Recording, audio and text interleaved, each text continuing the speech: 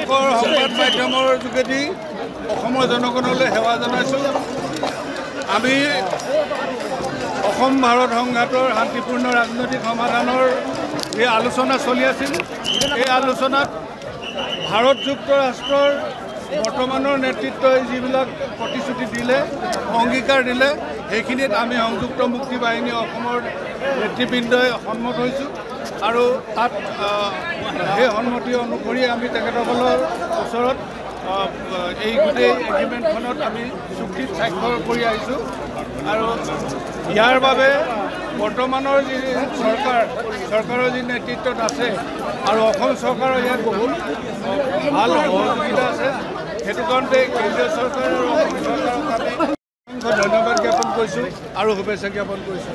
পুনৰবাৰ সদৌ ইয়াত আহি পিনি সমবেত হোৱাৰ কাৰণে ধন্যবাদ জ্ঞাপন কৰিছোঁ।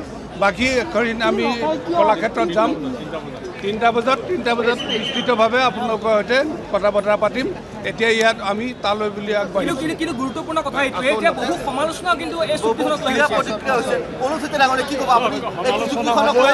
সমালোচনা হ'ব, তাক সেই সমালোচনাক আমি আদৰণি জনাইছোঁ আৰু তাক আশীৰ্বাদ হিচাপে আমি গ্ৰহণ কৰিছোঁ। সমালোচনা হ'ব, তাক সেই সমালোচনাক আমি আদৰণি জনাইছোঁ আৰু তাক আশীৰ্বাদ হিচাপে আমি গ্ৰহণ কৰিছোঁ।